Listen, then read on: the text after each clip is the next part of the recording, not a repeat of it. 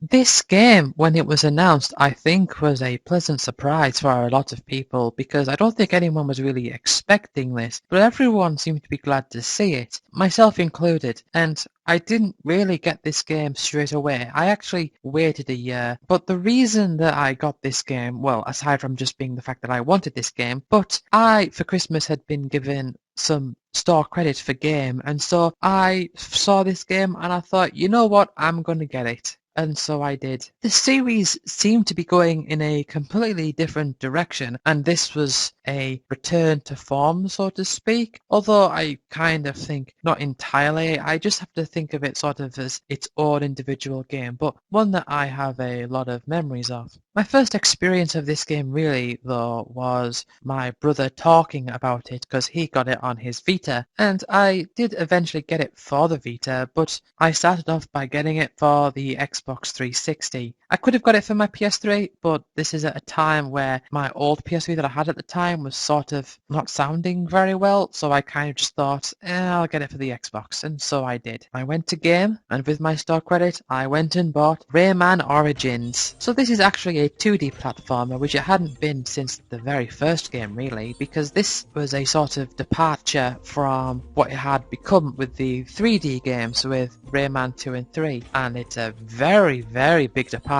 from the Raving Rabbit series, thank goodness for that. But this game actually took influence from not only the first game but also some later games as well, as it used themes from multiple different games in the series despite the fact that those themes never really crossed over before. So for example, you saved the Electoons like in the first game, but you also had Lums, which were from the second game onwards, and you also had characters like Glowbox and such in the Tinsies, which also appeared from Rayman 2 onwards. The core idea of the game is very simple. It's a 2D platform game where you can run, jump and punch. The way that it works is that each level you unlock in a sort of linear fashion. So for example, you have the first world, which is the gibberish jungle, and you have a series of levels within the gibberish jungle, and once you've completed those you will unlock the mosquito level, which will transport you between the gibberish jungle and the desert of didgeridoos. What I really liked is how even though each world had a consistent theme within it, each individual level had its own theme. So for example, the desert of didgeridoos was all about it being a desert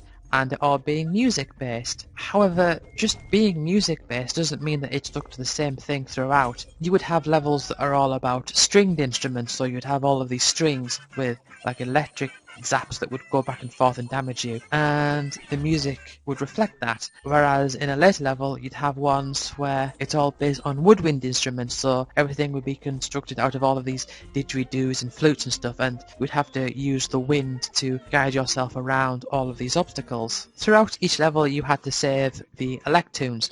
The way that you save the Electoons is by finding them, because there'd be hidden passages where you'd find these extra areas with Electoons in them, and that's how you saved some of them. You also saved one at the end of each level, and there were extra Electoons as well that you could save by obtaining so many Lums within the level, or completing the time trial, which will unlock once you've completed the level for the first time. The Lums ones can be rather tricky because you really have to be careful, because when you kill an enemy they will inflate, and then if you destroy their inflated self, they will give you more Lums. So there's always a limited amount of Lums in each level that you have to collect, and if you collect a King Lum, then all of the Lums will turn red for a while and will start singing, and that means that for a limited amount of time those Lums would be worth double. And so there's some levels where you have to be really careful and really efficient with the Lums that you get and the timing that you collect the King Lum, especially in one of the factory levels near the end. You have to be really careful with that. But by saving so many Electoons you will also unlock these chase the chest level, where this treasure chest would try to run away from you, and you would have to chase the chest, and if you do, you get the ruby tooth thing, and if you collect all of these ruby teeth you will unlock the land of the livid dead level, which is like the final level, which is I think kind of overestimated with how hard it is. I mean, it is a hard level, it's kind of like the final level, so to speak, but your aim generally is to just go around and save all of the Electoons that you can, and just get 100% that way. Although obviously you would have to get the teeth to also get the 100%, but you know what I'm saying. Also in each world you'll have a different fairy that you'll have to save, and they'll grant you with a different power. So for example, the first one will allow you to punch, and then the second one will allow you to use the helicopter hair, and it's all in a very strict linear fashion. You'll never have to backtrack to previous levels so that you can then use the abilities that you got later on in order to find electives from earlier levels. It doesn't work like that. But one thing that kind of did blow my mind about this game is that you go through these different levels, these different worlds, and then by the time that you finish the 5th world, it looks like you're about to reach the end,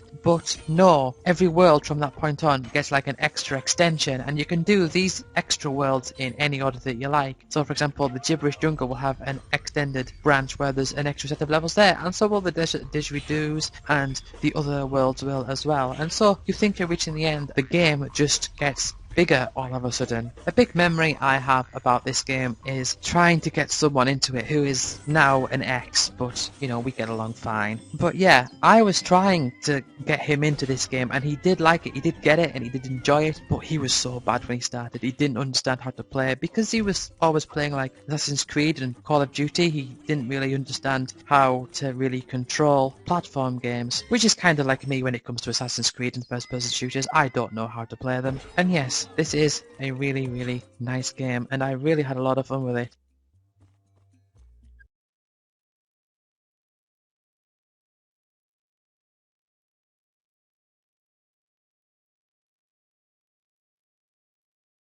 This is a game that I first heard through NoobTube, which is a internet podcast YouTube thing which I used to watch, and I think I may have heard of this game before then, but it was really through them that I really took note of it. And I became interested, and I eventually did get it on my PS3, and I also eventually got it on Steam and the PS Vita, and that is a PopCap game called Plants vs. Zombies. This was quite a hit, and this was a really nice game before EA decided to take the franchise and turn it into yet another generic third-person shooting bang-bang multiplayer online game, as you would expect. And to me, that really is like the epitome of the decline of games. Like, they took this series that was a very simple thing, a very unique thing, as in there wasn't much in terms of games doing exactly what this did, and took it and made it yet another one of those other third-person shooter multiplayer, yeah, whatever. I'm gonna shut up about that now, but I just thought I had to mention that because it annoyed me.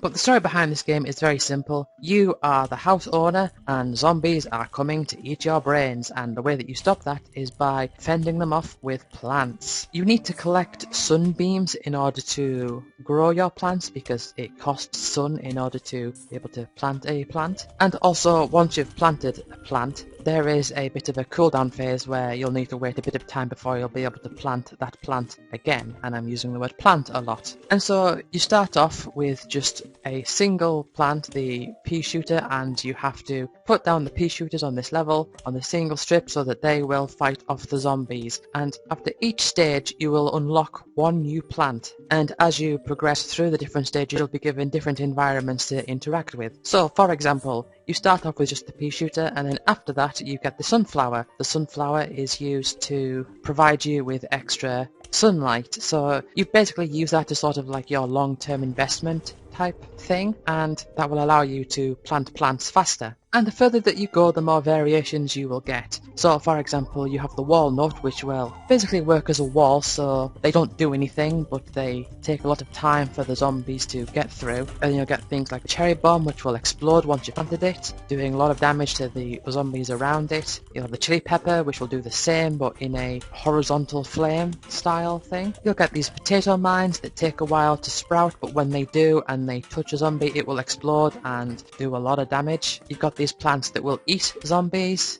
but whilst they're eating a zombie, they're also vulnerable to attacks from zombies, and it goes on. And the different types of zombies also changes as the time goes on, so you'll eventually get these zombies with pogo sticks where they can jump over your plants, and then you'll get the ones with these pole vaults that will jump over the first plant, so if you've got like a wall there, they will be able to jump over it. And they come in all sorts of different varieties as well. You will eventually progress to different stages with different conditions. So for example, the second world, so to speak, is a nighttime world where sun doesn't appear naturally, and you can place these mushroom plants, and mushroom plants can basically only work at night. So it'll be very slow starting because you won't be able to plant the sunflowers very quickly, but you can plant these mushrooms to do different types of attacks, and different other obstacles will come up like gravestones, so you'll eventually be able to get a plant that can destroy the gravestones. Then you go to the water level where you have to plant lily pads in order to put plants on top of them, or there's certain plants that you can only put inside water, and of course with it being during the daytime you won't be able to plant any of the mushrooms. That is of course until you get the coffee bean, which will allow you to wake up a mushroom in the middle of the day. And then you'll have the levels with the fog and the different clovers that will be able to blow away the wind and also blow away all of the enemies that are flying through the air on balloons. And then the last area is the rooftop, where you'll not be able to plant anything unless there's a plant pot there, and there's also a sort of steep curve to it as well, so you will need to think about using catapults rather than straightforward pea shooters. And just the level of design and variety with all of these different plants is pretty amazing at just how much there is in terms of all these different things that interact with each other. One that I find interesting is the mimic plant, which will basically, you choose it and then you choose a type of plant for it to be, so you can have two of a type of plant, which will allow you to plant them faster because they'll both run on their own individual cooldown times. And you can also buy upgrades and stuff that you can put onto the plants. So for example, the sunflower can become the triple sunflower, and the catapult ones can become ice catapults. And you've also got different things like the pumpkin heads, which will allow you to put a barrier around the plant, giving it more health. And then there's the fire stumps, which will allow pea shooters to shoot through it and make their attacks do more damage. There is a lot of different stuff, and I really like that. You also have all these different mini games that you can play where it'll just be silly stuff, like here's a level where every time you put a plant down, everything else in that column will also have that plant put down, and you've got loads and loads of different zombies to do. And you've also have this endless mode where you just got to keep going,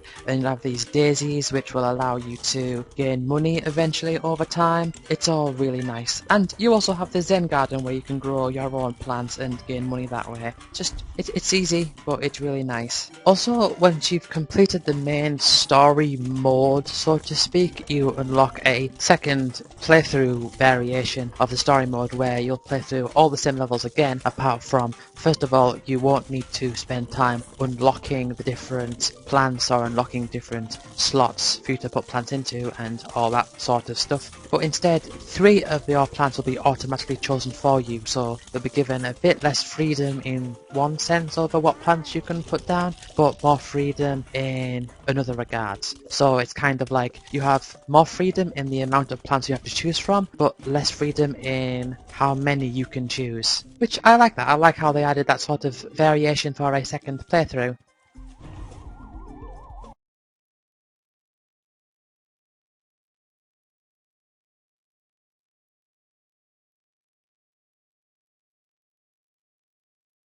Now, I know that this game generally gets a little bit of backlash because people think that this game in particular, wasn't as good as a previous game in the series. And this is a series that people would like to see come back, but people think that the game previous to this was the best. And I understand that my experience with this series is very limited, so I can only really go on my own personal experience and what I had fun playing and just the general memories that I have of this game. And this is a game that doesn't really fit in any particular mold of game that I would particularly enjoy in general. However, I do have some really nice, strong memories of this game. Playing it with my friend Bridge, we played it quite a lot, and it's a first-person shooter, which is not something that I would usually be into. And it's not even an RPG either, so a first-person shooter that isn't an RPG? Well, I am talking about Time Splitters Future Perfect. So yeah, this is a competitive first-person shooter, which I usually hate, but I've just got to say that I really did get along with this game a lot. One of the things that I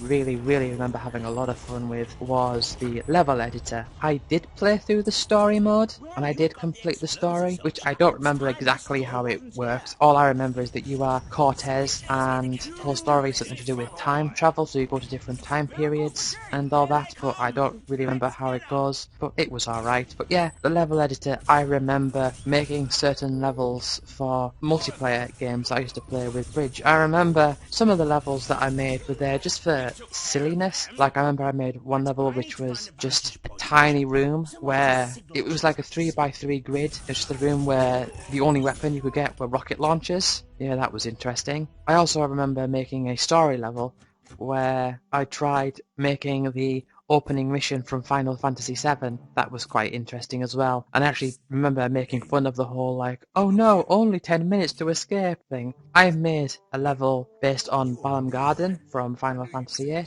That was a lot of fun. And I remember I did actually make that a story level as well, where I think the end of the level was either like in the basement where Nog is, or it may have been like over at the top. I don't remember. But I remember making a story level which was based entirely on this glitch, because when you fall from a distance, like you fall from so high up, you will take damage. So if you fall so high, or fall so far rather, in one drop, you will just die because it'll do so much damage. However, if you step into a car at the moment that you land, you will not take damage. You'll fall and then you'll get into the car and you'll be fine. I remember making the level so that you had to go and get this buggy and then drive it to just before this drop. Then you had to hit the switch, which would set up a timer, and so you lost when that timer went down. And the way that you managed to get out in time is you had to drop from this ledge and land in the buggy so then you could drive off into the end. Otherwise, the path would be far too long and you couldn't do it. And I just remember making these different levels where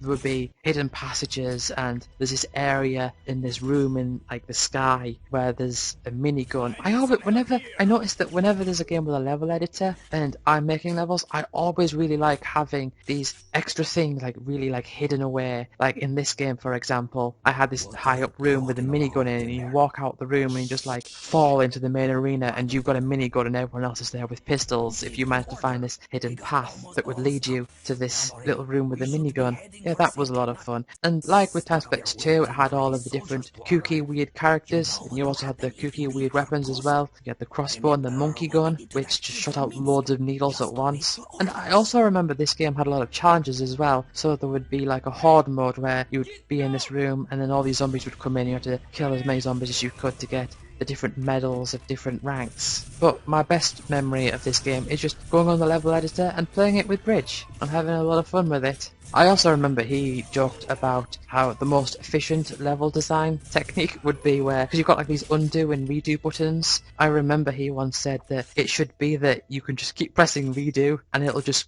build the level that you were going to build it. Oh, that was funny.